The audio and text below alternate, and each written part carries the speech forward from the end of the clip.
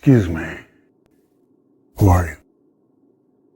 This isn't a library, it's a research facility.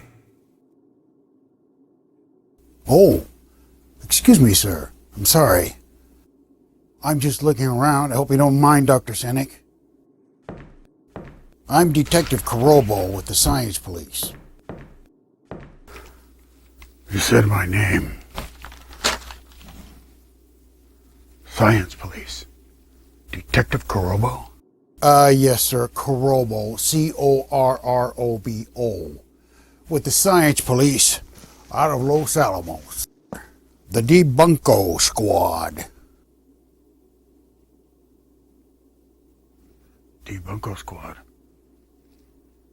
Have I done something, Detective Kurobo? Oh, no, sir. Not that I'm aware of. This is just a routine check.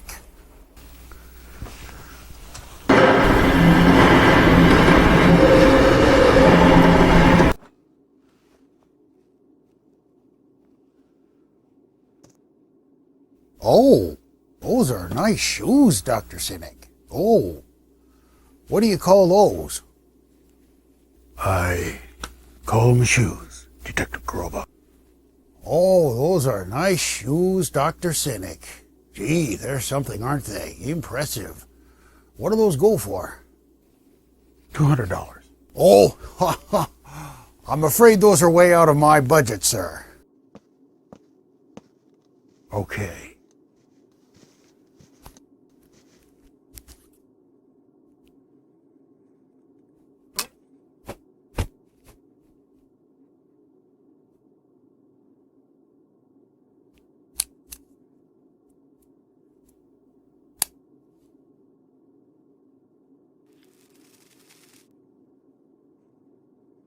Is that an ashtray? Is something wrong, Detective Kurobo? Well, sir, I've been going over your testimony. Testimony? Yes, sir, your testimony. This is fascinating material, sir. Very informative.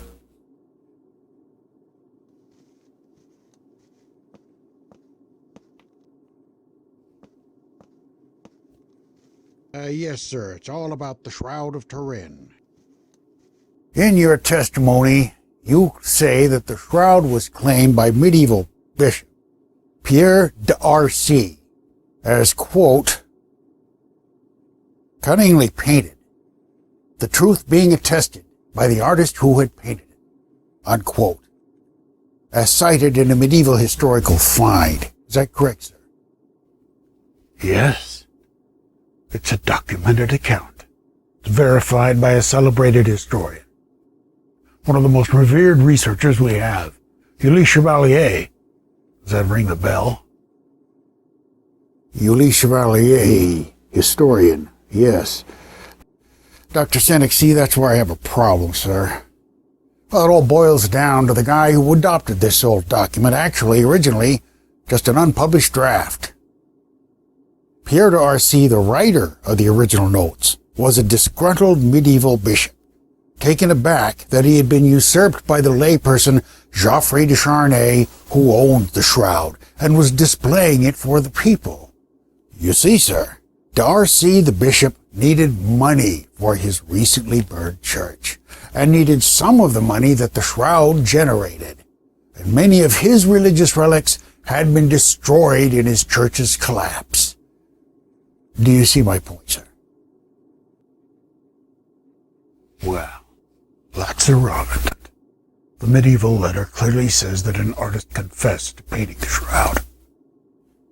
Well, that's a thought, sir, but it turns out that d'Arcy didn't actually write the draft. It was previous bishop, Bishop Henri de Poitiers, who actually penned the memo years before, which was, by the way, never even published or sent by either. So d'Arcy wanted to make trouble. It was previous Bishop de Poitiers who was led to assert that the shroud might have been a painting by an artist, and it was d'Arcy, the next bishop, who plagiarized the draft with intent to use this hearsay. You see my problem, sir? The draft of the letter was never actually published or sent, And why was the artist who claimed to have painted it never even named? If he was attempting to build a case against Joffrey the Shroud's owner. Do you see my problem, sir? The case is shrouded in ambiguity, Dr. Cynic.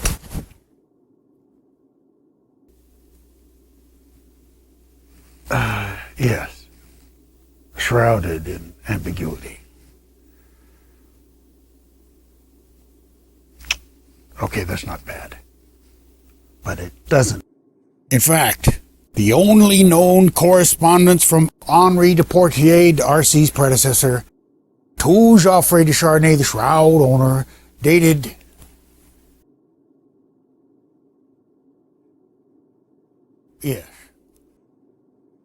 yes, sir, 1356.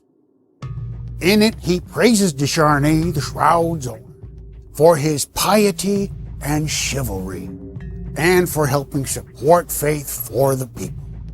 Wouldn't you say that these details are kind of important to this case, sir?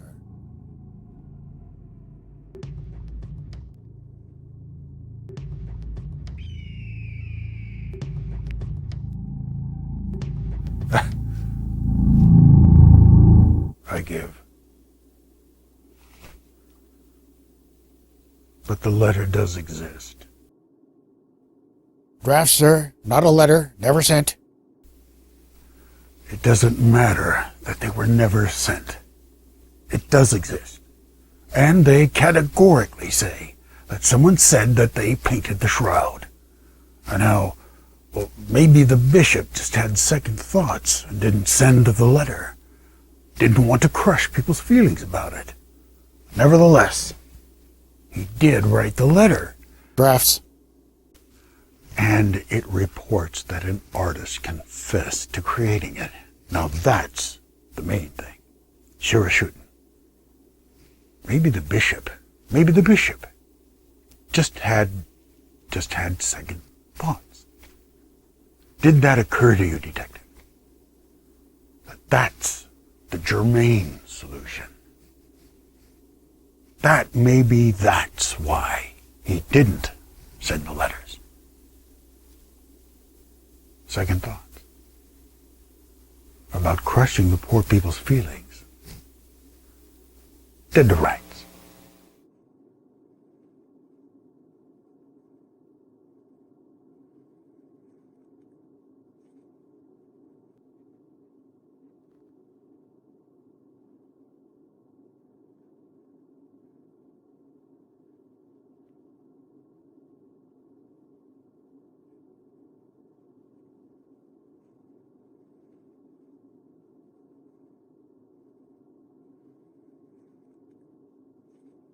Well, let's see here now. The bishop had second thoughts. Yes. That is a thought, sir. I see. Yes. Stupid. That would explain it. Yes, it certainly would.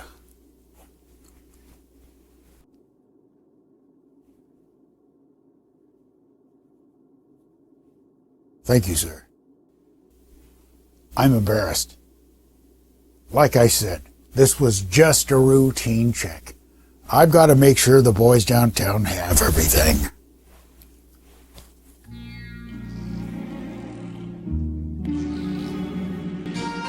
Well, sir, I'll be going.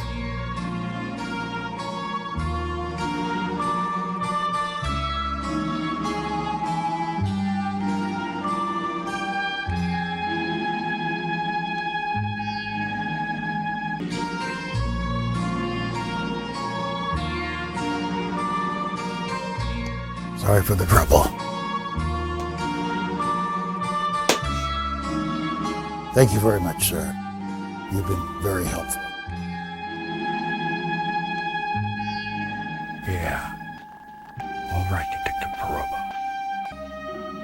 Good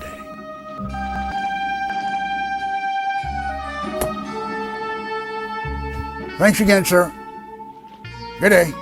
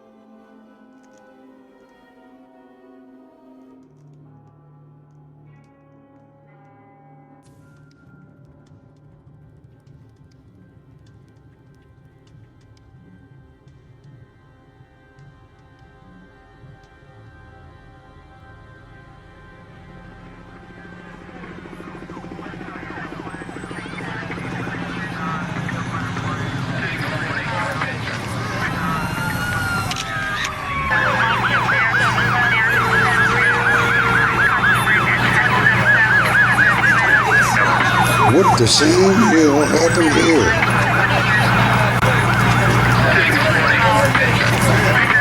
Holy, look at all those bodies. Hey, check over here. There's another one.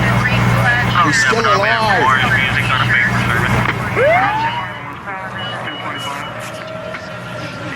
Gunshot wound. He's still hanging in there. Son of a, we got her.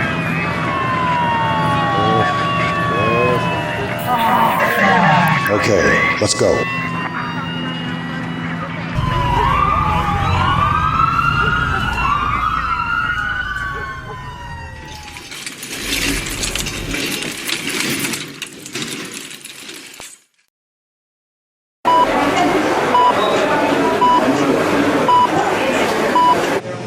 Okay, give me some suction. Watch that, watch that. This man's got a chance. There it is. Got it. My God, man. This man's full of... must be stage 4. Get me Dr. Rian. Get him now.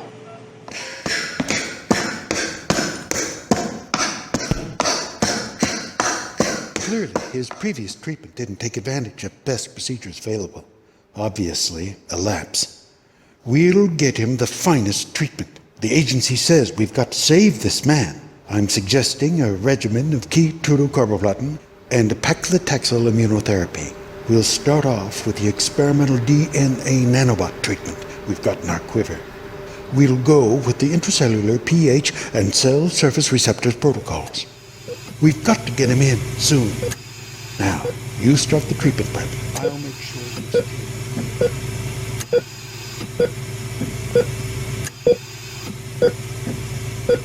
All right, here's the deal. The docs say you're all good now. You're welcome. Now it's your turn.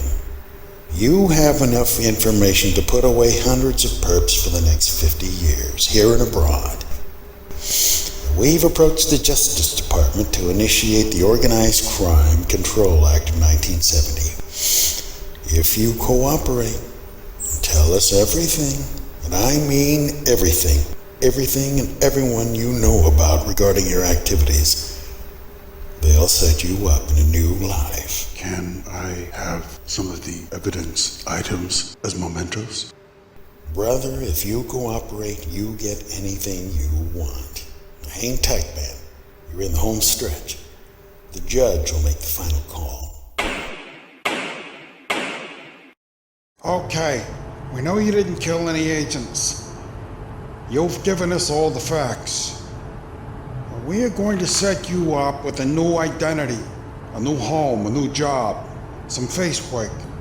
As far as the world is concerned, you are now dead. Your name is Gilbert Vincent Sinek. We've set you up in a research facility.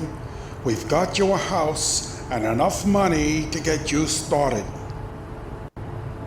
Can I have a PhD? Yeah, we can arrange that. We appreciate your cooperation. Now get out of my sight.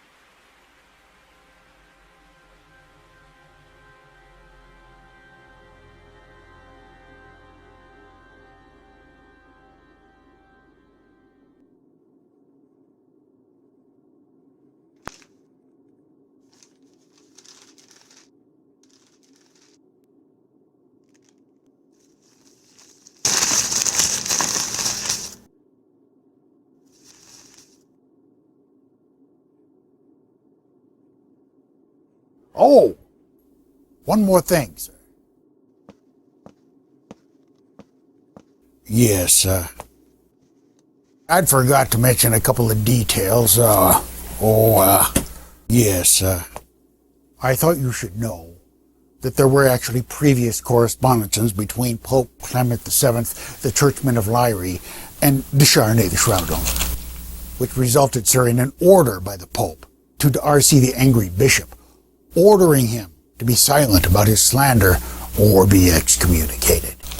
And there was another letter to Descharnay, the shroud's owner, allowing him to display the shroud. You see, the next year, Pope Clement issued a papal order granting, new indulgences in displaying their relics, ostensibly forbidding censoring of free speech about the artifacts. As far as we know, Bishop D'Arcy may have only been trying to extort Descharnay for money, threatening him with revealing the letter publicly unless he gets a cut of the shroud's action. Now, we're not sure that's what he was up to, but the boys downtown are looking at all the angles.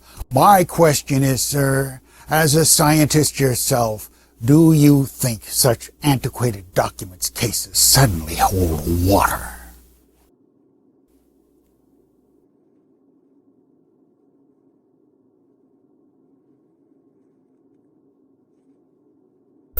Detective Corobo, I appreciate all your quaint little thoughts and whatnot. Oh, wait a minute. Wait just 1 second. Oh, yes, sir. In fact, the discoverer and promoter of D'Arcy's letter draft, your Ulysse Chevalier, yes, who claimed the shroud was painted, was an 1800s French historian, bibliographer, and atheist activist, and had already publicly claimed the shroud to be a forgery. In fact, sir, there were 2 drafts by D'Arcy. 2, sir, discovered by Ulysse Chevalier, which he doesn't mention in his 1900 paper, which, by the way, neither of his original drafts had ever been originally sent or published. They were just drafts, sir. You see, Chevalier publishes his report on D'Arcy's drafts as if they were one letter, sir. He combined 2 drafts into one letter. Yes, sir. Made it up. Cherry-picked, in fact, what he wanted to include, omitting relevant aspects so as to fabricate more gravitas. And these rough drafts, sir, as discovered, were anonymous, unsigned, undated, unsealed, and this is what was presented in Chevalier's paper in 1900, attempting to fabricate that the shroud was just a painting. Dr. Cynic, Chevalier even made up the memorandum's date, that it was at the end of 1389. The original draft, sir, had no date.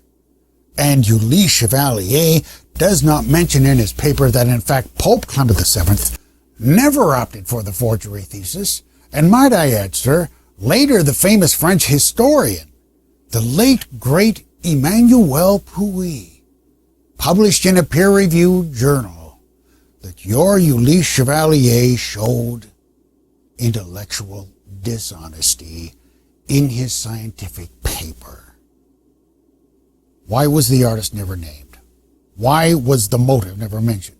Why were those medieval drafts never even sent?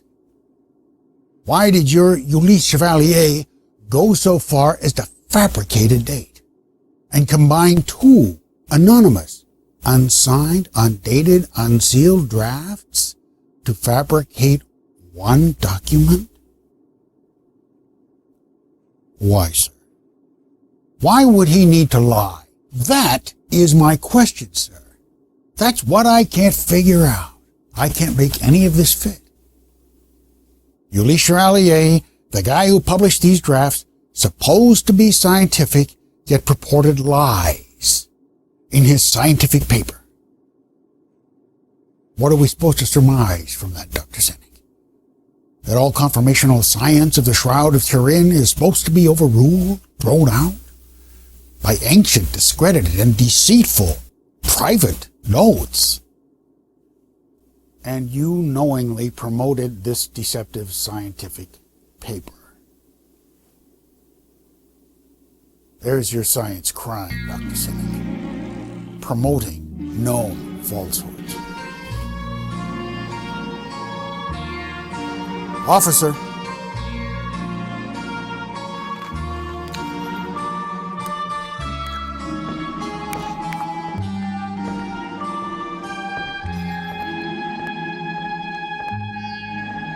Excuse me.